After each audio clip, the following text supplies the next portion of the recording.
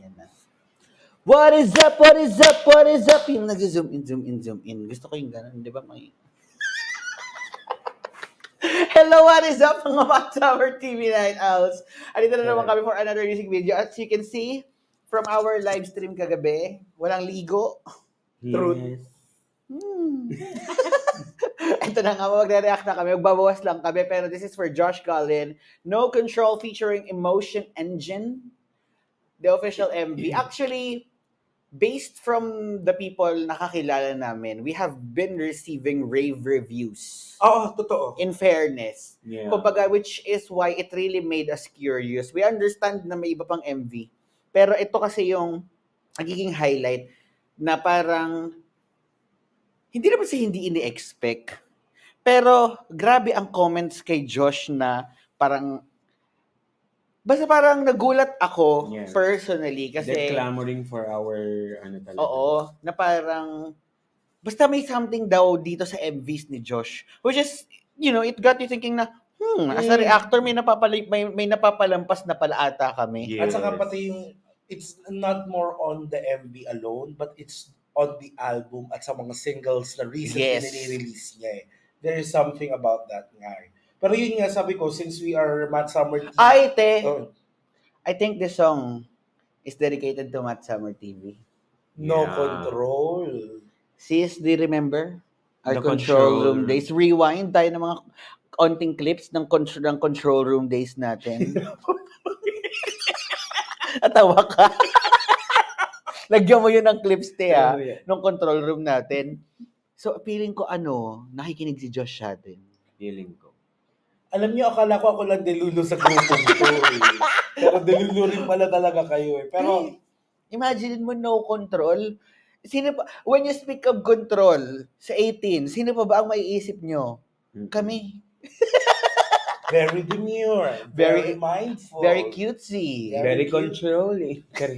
Controlling. Bobo, iba yung controlling natin. Negative na yun.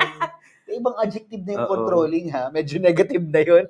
Pero alam mo, sige, sa dalawang nag-uumpukang mga opinion sa fandom natin na releasing different genre-bending music na parang kakaiba na tatak SB19 at sa mga solo ganap, refreshing din sometimes yung kanta na pop talaga na medyo magta-transcend sa mga kaibigan natin na mapapasabi sila na ito I really appreciate and it's radio friendly, streaming friendly.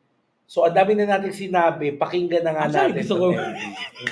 Kasi nagdagan pa niya ng comment. Luno?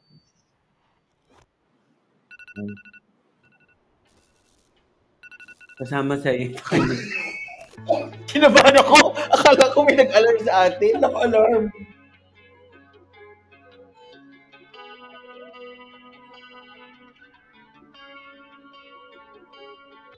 Ganyan ka lang, yan ang sabi nila.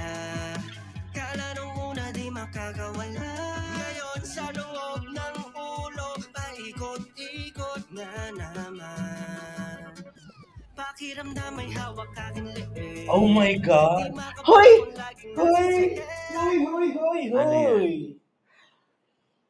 It brings me back to the early 2000 to before... Okay ka naman sa 2000. Mga 2010 naman. Hindi, best. Before pumutok ang Gaga. Before Gaga. Hindi. This is actually... Early 2000. Hindi siya, medyo aligned naman to sa mga Lady Gaga days, pero ibang... ang mga banda. Yung mga 2005 yon 2005 na yung dating mix. Paramore. Meron pa. Mga Fallout Boys. Exactly, Fallout Boys. Yeah. Oh. Ikot-ikot nga naman. Pakiramdam may hawak aking leeg. Di makabangon As a gamer before. Sasagip sa akin ng aking sarili. I know that it's all in my head, but I'm falling.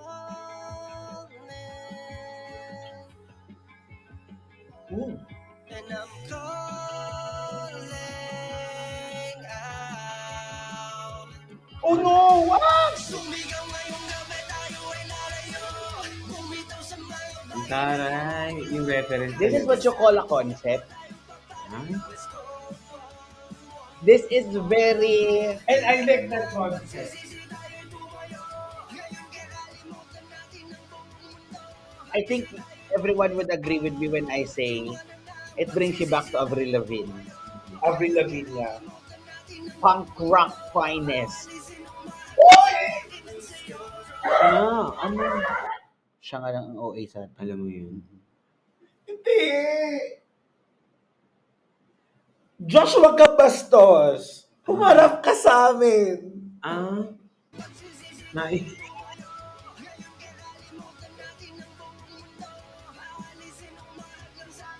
Sinilig ko. Ay, Tapos comment na to, ganun po na ina naman ang buhay Diba? to.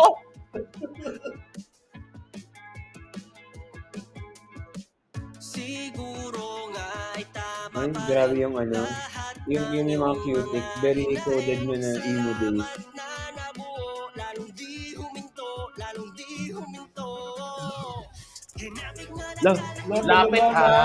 kung sa patungo at tuloy Charot. wala nang gana.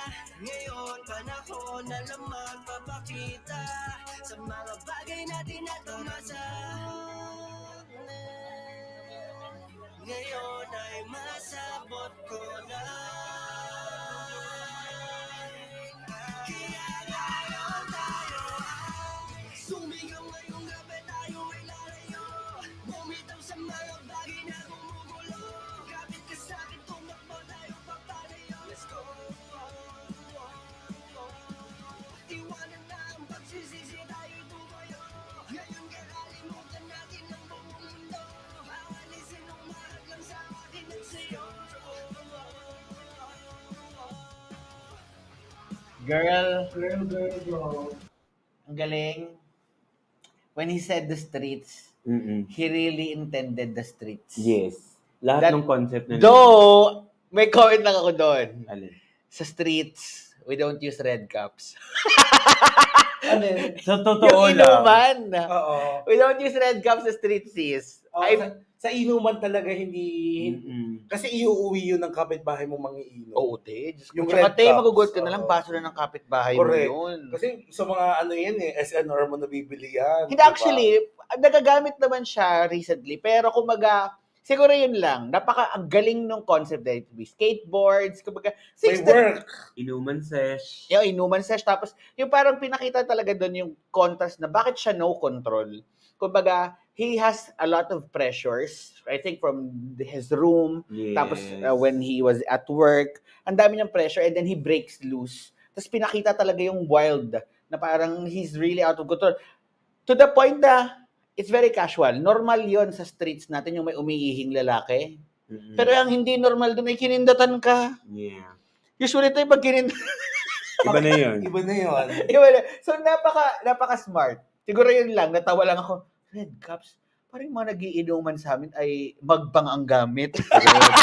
Hindi, yung lumang nilagyan ng Nescafe. Oo, true. Oo. Pero alam mo yung sa pag-ihi ni Josh, no, hindi kami nagni-nitpick or whatever. This is kung makakancel ka, makakancel Hindi, ka. ang sinasabi ko lang is, parang parang it's a signal for me that this is going to be wild. Mm-mm. Na parang, okay, you're not afraid to show yung mga ganong pag-ihi sa kalsada. It's gonna be out of control talaga. True. So, walang pretension. So, expect for a ride. Yes. So,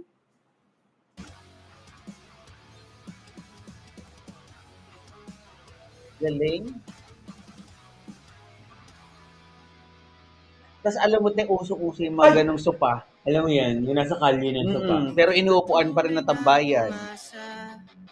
Patuloy na kinaya. Ah? Patuloy lang kahit malupit. Ang mundo ko'y hindi kagaya. Paano ba kumapit kung nalulunod na sa langit?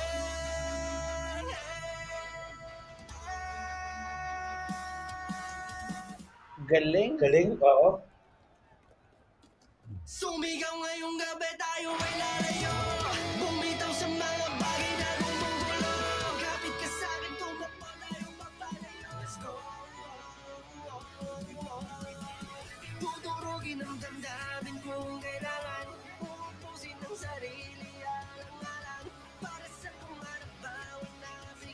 Yan. yan. Mga chismosa Tama kami. yan. Yung boss mong ang daming say. Ganyan ang gawin. Yung mga katrabaho mo na may evil eye sa'yo. True. Supported ko, no? Tapos sinisiraan ka na pala sa mga bisor mo. Mm-mm. Di ba? Ay, parang may hindi pa tapos yung music video, parang may pinipeg na akong ending yung music video. Gusto mo itali yung boss mo? Hindi yung parang ang dami niya mga outrageous na iniisip, pero Sis, iba kasi yung no control mo eh. Kung ikaw ang gagawa ng no control MV, yung no control part mo sa spa. grabe. Grabe yung darang.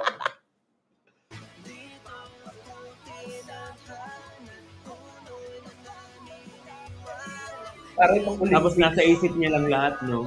Oo nga. Tapos ano pa rin siya, introvert pa rin siya.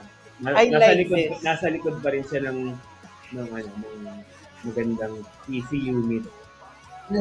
His inner self. Yeah.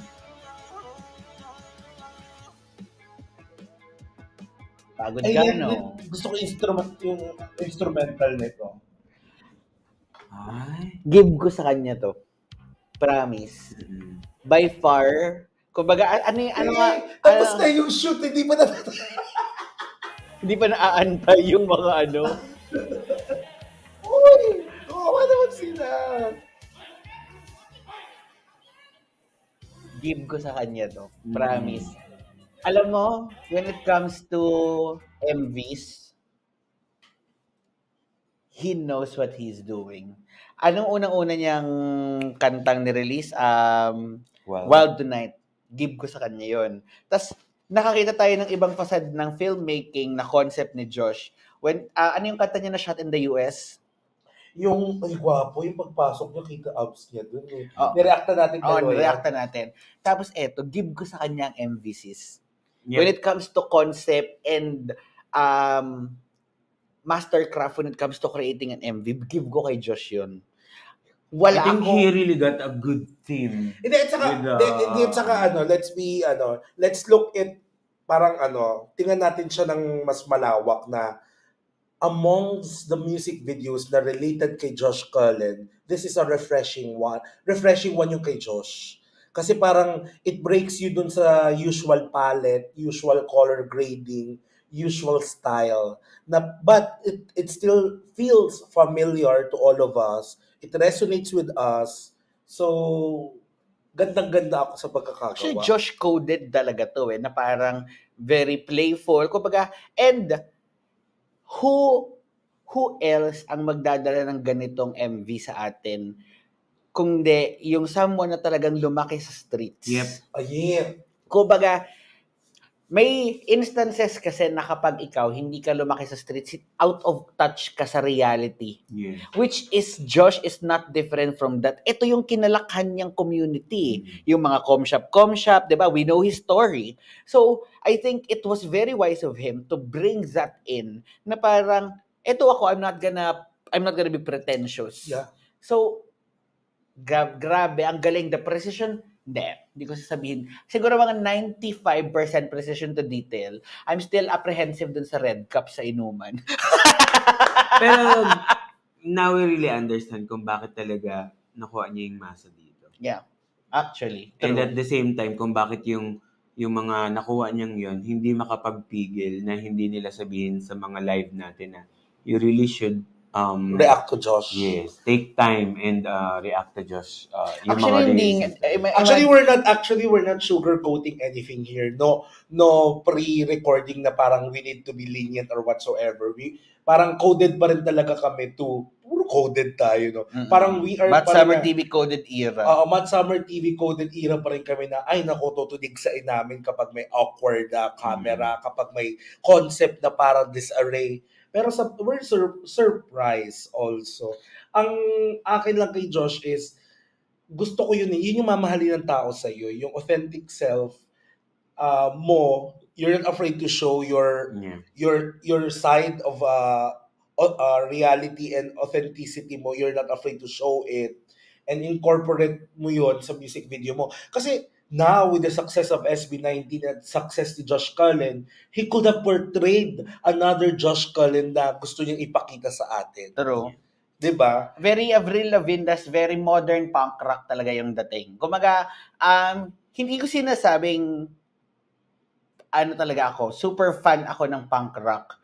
Pero meron tayong aspect sa buhay natin na punk rock was all that we were listening to. Exactly. I Parang just- ano yun eh, hindi mo man genre yung punk rock, pero you cannot deny part mo ng life yun. Totoo. Yeah. At saka, ito lang ha. Tayo i-share- talaga yung Before we edad end this, natin. maliban dun sa mga nabanggit nyo, parang it also reminds me of the early days of Yeng Constantino. Na parang, di ba sa atin, parang, reality show star siya. So, more likely mga babae or mga bading yung tumutok sa journey niya.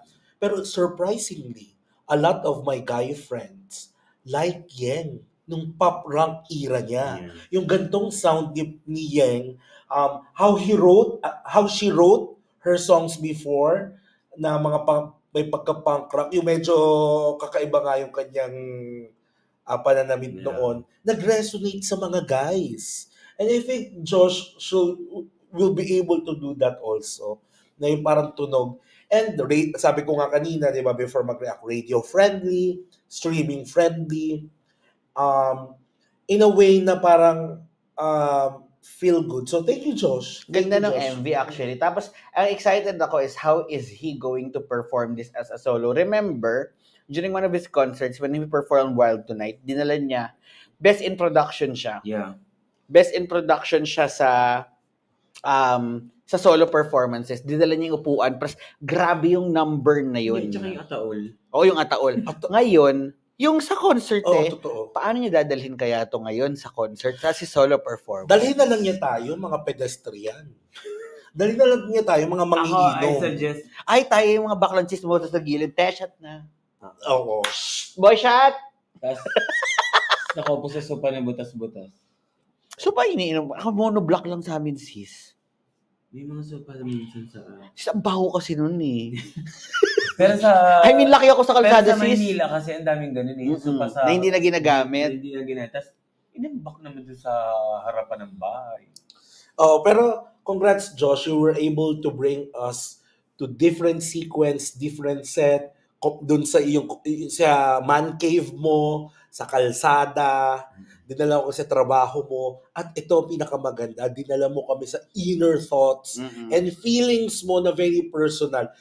We are not actually into your naked body, but it's a surprise. Comment niyo nga It's sa ano. it's Hindi ko napansin yung naked bag. yung may sulat-sulat. Hindi ko napansin. Ganun kakalinis. Hindi ko rin Kayo napansin. talaga yung...